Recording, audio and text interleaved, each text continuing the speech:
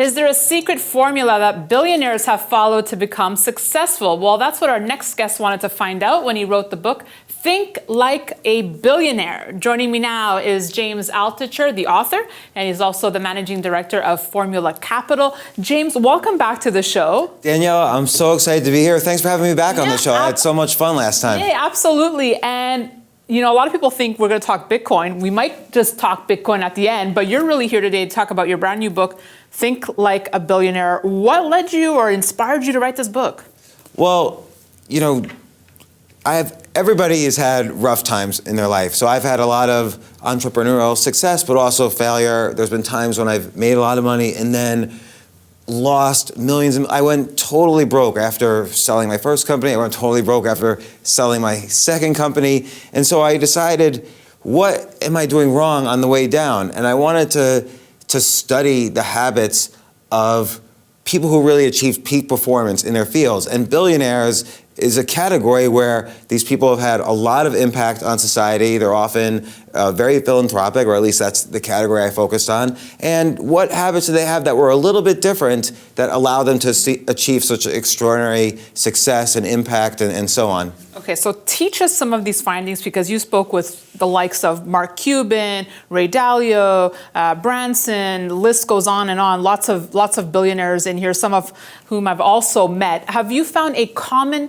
denominator amongst them? Yeah, quite a few actually. I'll focus on a couple, but there's one concept I call ready, fire, aim. Okay. So when they have an idea, they'll act as if they've already achieved the idea, and then they'll figure out how to achieve it. So I'll give you an example. Right. Richard Branson was a 27-year-old magazine publisher, and then he just decided, I'm gonna also run one of the biggest airlines in the world. British Airways had never had a competitor in England, and this 27-year-old kid decided, yeah, no, I'm gonna be a competitor. So instead of listening to all the people who said, no, you can't do that, British Airways would never allow it, you're only 27 years old, you have no experience, blah, blah, blah. Instead of listening to all that or putting together a business plan or approaching investors, he simply called Boeing, who makes airplanes, and he asked to borrow an airplane. Like, who does that? Right. Like, what kind of, you sort of need confidence, but you need persuasion abilities, and you need to have this, again, this ready, fire, aim ability. So he borrows an airplane, and from that, he manages to convince, Heathrow to give him some space to let planes take off and land, and suddenly he has an airline. So James, do you think anyone kind of has the shot of becoming a billionaire, or does it really take certain personality traits that, maybe some of us just don't have? No, I think, look, not everybody wants to become a billionaire. Like, I have no interest in that, but I was desperate, broke, in despair. I had a family to feed, and I wanted to figure out, well, what are core components of success that are outside the traditional means? Because sometimes you find yourself in a place where you can't traditionally find success. Maybe you've had some problems, or maybe you've just been fired, or maybe you have a mortgage to pay or debt. And again, I'll use another example of ready, fire, aim. Damon John had no money at all. He got a $100,000 clothing order from Macy's. He didn't know how to make the clothes. So he mortgaged his mother's house, used the money to hire the seamstresses to make the clothes, delivered to Macy's, got the money, and then paid back the mortgage. Again, that's another example of ready, fire, aim. Yeah. Sara Blakely had a similar story when she was starting Spanx. Right. How did you get access to the billionaires? Are they friends of yours? And how did it come up? Yeah, some of them over time have become friends. I've done lots of different entrepreneurial ventures in my life, so some of them have been friends. But I have a podcast where I've had lots of guests. I've had, in terms of peak performance, I've had on billionaires, but I've had on everyone from Henry Winkler, who was the Fonz when I was a kid, and now is on Barry. I've had on William Shatner, Tyra Banks, a lot of comedians, a lot of Danica Patrick, the race car driver. So I've had on people from every category of life. Although it's interesting too with the billionaires. They're if I'll speak about them as a category, which is almost unfair, but they're so insanely curious. They sit down and it's almost like they they first want to know everything about me, every detail of every business I'm involved in. I don't even know that many details, and they're asking. They care about you. Yeah, they want to. Oh, you owned this business. Well, how much did you pay everybody? What was the average cost of goods? Like, they're insanely curious. You know what else I found, because I've interviewed some of them that appear in your book, that they almost have no fear of things in life. I don't know if you found this as well, but a lot of billionaires I know, like I'm friends with them,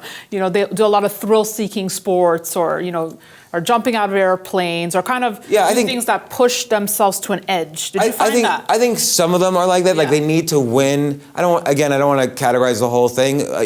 By the way, I was also an advisor on season 3 of the show Billions, so I had an opportunity to research from that as well. But there's no way to kind of universally categorize, but they sort of want to win every situation, whether it's sports or business or whatever. But again, another thing that's interesting is they do what I call idea sex. They'll take 2 disconnected ideas and combine them into one. So, and that idea they'll be unique at, even though it's never existed before and everyone says can't, they'll make it a winner. Like Tyra Banks is an example. She knew obviously about modeling and being a supermodel, but then she used to love the show America's Got Talent. What's the combination?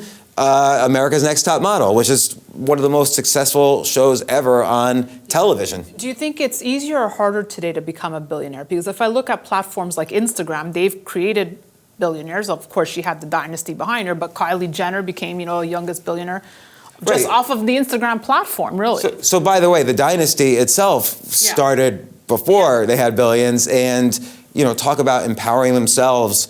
Nobody was rooting for their success, really, and yet look at how successful they are. So I do think, again, in terms of can anyone become a billionaire, I would say not everyone wants to be, but anyone can use these ideas to be among the best at whatever it is you truly love and are passionate about. So you don't have to be passionate about money. So they gave you good advice, right? They weren't just like sugarcoating it and saying, well, it takes hard work and everything we've heard before. Did they give you any insights that blew your mind? Yeah, nobody is a self-made billionaire. Okay, everybody has had the work of hundreds, even hundreds of thousands of people. You take Ken Langone from Home Depot. So there's something like 400,000 jobs at Home Depot that he's created, and many people became millionaires at Home Depot who were among the initial employees. He's given so much to charity. No one's a self-made billionaire, and it's not about hard work. Don't hustle if you don't know what you're hustling for. You have to love what you're doing, and then you start using these ideas like Ready, Fire, Aim, Curiosity, Idea Sex, and all the other ideas I mentioned in here. You have to kind of experiment and be curious about yourself to figure out what you're passionate about, and then you can pursue it. Whether that ends up with money, I don't know, but it will end up with happiness and professional success. Now, the U.S. is still home to the highest concentration of billionaires. Do you think it's the world's biggest economy. Do you think we're going to see a shift towards, we're seeing more billionaires coming out of Asia? Do you think this will shift and change? I do think it will shift and change, particularly in developing economies. Unfortunately, because of corruption, a lot of wealth, as economy moves from third world to first world, a lot of wealth gets transferred into corrupt hands until it becomes, fully a democracy. But, I think in general, there's $200 trillion of currency on the planet, and that does tend to fall into the hands of the most innovative people on the planet. But then the jobs are created, philanthropy is created. The giving pledge that Bill Gates and Warren Buffett started has, $160 billion in charity committed to it. So there's benefits. Do you find it interesting, or I want to get your thoughts on the fact that in this presidential election, we have, 3 billionaires who are running, so a little bit more than past years we've seen. What do you make of that? Well, on the one hand, there's pros and cons because, forgetting it for a second, like, are they buying the election, which I don't think is happening at all. Like, Bloomberg, just the fact that he's not participating in Iowa and New Hampshire, probably he has very little chance. Like, the last person to try that strategy was Rudy Giuliani, who was a front runner in 2008 and early on. He didn't participate in Iowa and New Hampshire, was crushed in the primaries, even though he spent $60 million. So money doesn't necessarily buy an election if you don't follow along political strategy. But, there's disadvantages too. Bloomberg can't participate in primary debates because he'll never have the donor threshold. So he doesn't get that kind of intimate or face-to-face contact with donors who are donating $5, $10, $15. Somebody like an Andrew Yang gets tens of thousands of donors who already, he's communicating with. But and also Bloomberg though is not beholden to special interests like many of these other candidates are. That's always been historically the benefit of, and let's not forget with Bloomberg, the guy actually has more executive governing experience than just about any other candidate. I'm not saying I'm supporting him, I'm just contrasting him from Billionaire. He was mayor in New York. We elected him mayor of New York City 3 times. Even when the law said your limit is 2 times, New York City changed the law for him. He was such a good mayor. So he has governing experience. It's not just about his money. I was eating Chinese food on the Upper West Side, I think 2 weeks ago. I can't wait to see how you connect this back to the election. No, I will. I will. So Bloomberg walked in, and the whole restaurant just erupted. So yeah, just to your point that New Yorkers really do love. And to your point also, who is Tom Steyer? He's a billionaire running for president. I don't even know who he is.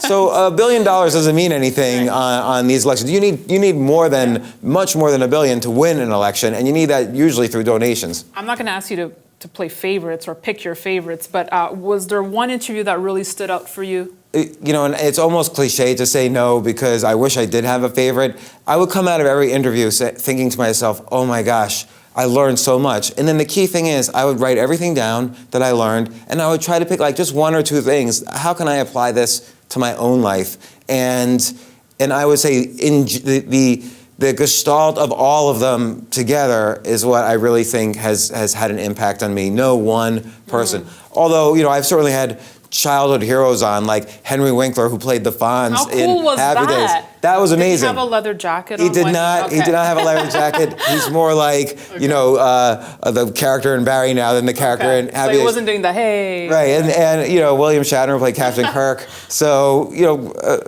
I've had my heroes on a podcast as well. Cool. Life is good. Life is good for James Altucher. And for you. So yes. You're doing such a good job with this show. Thank you so much, James. Before I let you go, I need to get a question there about Bitcoin. Because last time you were on, you almost broke the internet when you're on the show. Let's break the internet. Let's break the internet. You said, hey, you wouldn't be shocked if Bitcoin were to hit $1 million. Now, you didn't mean in 2019, but as you know, the crypto had a lackluster year this year. You might beg to differ. Bitcoin's up 100% this year, so it's the highest performing asset of the year. Now, it's down from its all-time highs. Okay. That's true. So what are your thoughts now on your beloved Bitcoin? Well, the thoughts don't change that much. The story is Bitcoin solves a lot of problems that fiat government-controlled money has. So it's decentralized, there's no forgery, there's privacy, there's ultimately lower transaction fees, there's all sorts of other benefits that I've written about.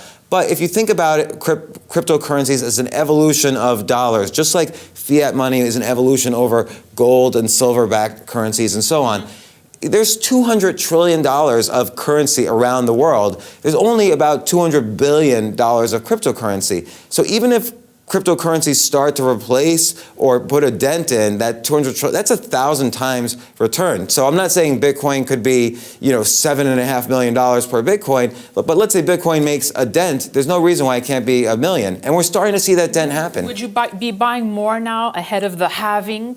Yeah, definitely. So in terms of short-term news, what the halving is, in layman's terms, is it decreases the supply available for short-term buying. So what's the basic equation of price? Supply plus demand equals price. So if demand is the same but supply goes down, which is what is going to happen, price is going to go up. And we've seen it in 2013 and 2016 when there were other halvings. What happened? The price of Bitcoin went straight up. So as you're perhaps relooking at your portfolios, we're about to start a new decade, what are you looking at in terms of investments? Where do you want to position yourself? So definitely Bitcoin. Yeah, and by the way, you don't need to be in all the other cryptocurrencies. Don't try to game the system. Yeah. Like Bitcoin is the brand name. Yeah, and don't put all your money obviously in Bitcoin. If you think it has a 1% chance of being the world's currency, put 1% of your portfolio in Bitcoin. But also, I think the market, at least through the election, is going to be good. So you're in U.S. stocks? Yeah, U.S. stocks, I won't talk microcaps, but I do think there are,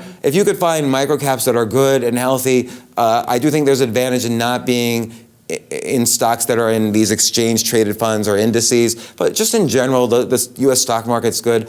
I like what's called closed-end funds that pay enormous dividends. So, and I think this is a harder one to invest in, but international real estate in countries that are developing, like maybe Portugal or harder, Brazil or Mexico or Panama, for instance. The GDP grew 20% a year or so ago. Buy homes, land. Or buy apartments or REITs that focus on apartments and developing projects. And then, in terms of other investments, there's of course, pot is going to be legal everywhere, and marijuana is at such a just make sure you avoid the scams, but they've had such a decline. Gold. I don't like gold. I know. Gold is just a rock. It's 2 generations of money ago. I know people hate when I say that. Sure, gold's not going away, but let's think forward and instead of the Babylonian Empire. So I will leave it on that note. gold was fine in Babylon. James Altucher, thank you so much for coming into the Daniela, studio. anytime. Do your family and friends a favor. Think Like a Billionaire. The book is out now. And I will say you can exclusively find it on Scribd, SCRIBD, which is like the Netflix of books. I published the it. The only place you can get it? The only place you can get the ebook and the audiobook is on Scribd. Fantastic. So, like I said, do your family a favor. You might just get a billionaire family member out of it. Think Like a Billionaire. Thanks for watching. On behalf of the Kitco Media team, we'd like to wish all our viewers a very happy and healthy 2020. On vous souhaite un très joyeux Noël et passez de bonnes fêtes. 大家好，祝大家节日快乐，新年快乐。 С Новым годом и хороших праздников. Cheers! नमस्ते दर्शकों, नव वर्ष की हार्दिक शुभकामनाएं। अगले साल मिलेंगे। Всех с наступающими праздниками! Желаю счастья, любви, здоровья всем в новом году! A todos os nossos clientes e amigos, Feliz Natal e ano novo cheio de saúde e amor. Obrigado. Maligayang Pasko sa inyong lahat at manigong na bagong taon. 祝大家节日快乐，新年好！ Ho ho ho! Merry Christmas, Happy Holidays, and I wish you all the best in 2020. Auguri a tutti i nostri cari spettatori, augurandovi un buon Natale e un felice anno nuovo.